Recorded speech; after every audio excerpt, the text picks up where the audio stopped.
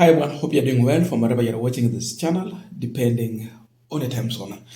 Now, indeed, yesterday, Sifuna and his team, they had a very successful event, a huge crowd with supermassive support from the people.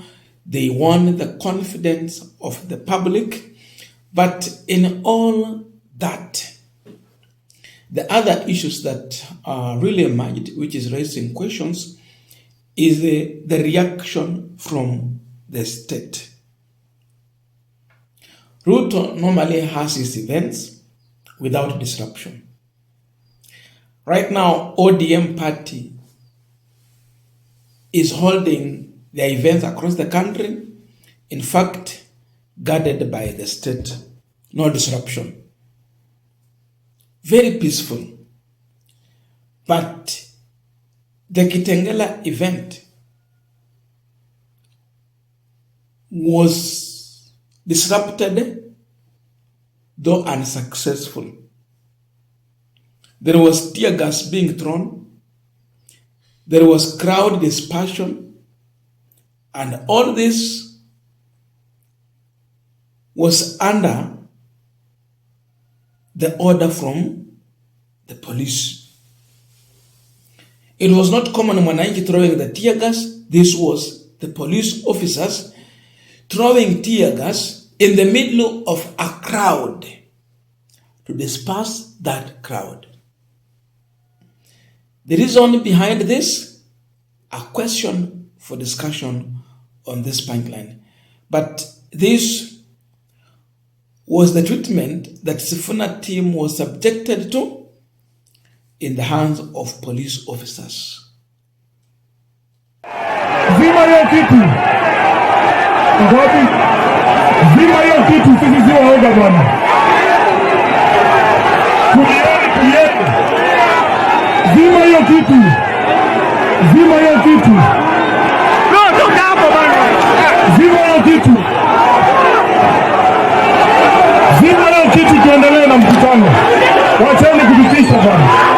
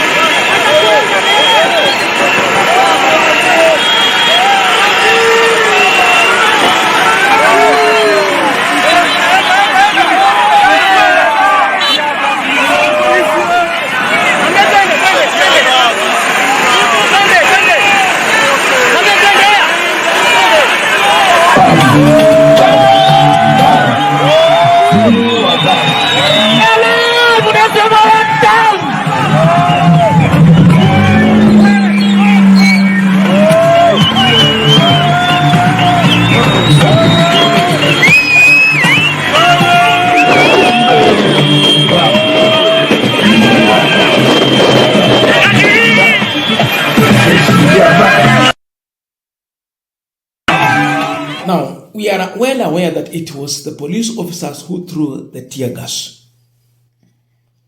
And therefore, the question people would be asking, why would the police throw a tear gas in the middle of a crowd? And whose order were they following? And the person who was giving the orders, what was the intention of this person in all this? That is a discussion I want us to have on this Punchline. But before we go deep into that discussion, I have a quick and humble request for those who are watching the channel and you have not yet subscribed, please consider subscribing. To our returning subscribers, I must say thank you so much. And again, to all our viewers, please give this video a thumbs up. Thank you so much, and back to our discussion. Now, definitely, when you look at what happened with the attempt to disperse people, disrupt the meeting, end the rally premature, you conclude to one thing, that once the police officers were involved, then this is a state involved in disruption of Sifuna rally. Tunaita Sifuna rally because Sifuna's name has been mentioned so widely. But this is a pro Raila Odinga people in ODM who are uncomfortable with supporting President William Ruto. This camp is huge. It has several leaders, akina Babu, Owino, akina Caleb Hamisi, akina James Orengo. It's a huge team. So the reason that we can conclude in a such move is that the state is in panic. If the state has not any panic in such a rally, they cannot waste their time to go and disperse such a rally. I'm sure if these guys were mentioning William Ruto's name and two-term, security will be provided for them, they will be enjoying their rally. But because they are saying one term, and the huge massive crowd is joining them to say one term, it makes a reason for state to get panicked and take an action. And you know, when you make an action out of panic, that decision can not even work in your interest. Unajua kuna wakati mwingine watu wa ODM walikuwa wanasema maandamano ama rally haijakuwa rally kama hakujakuwa na tear gas ndani. That when there is tear gas ndio inajulikana ilikuwa serious rally ama ilikuwa serious maandamano. I see the state falling in the same trap.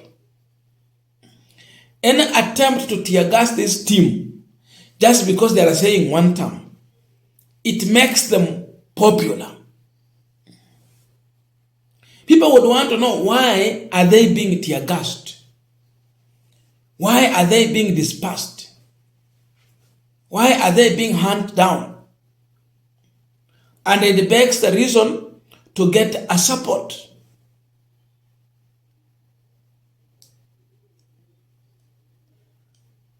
Today, the state is making Sifuna more popular.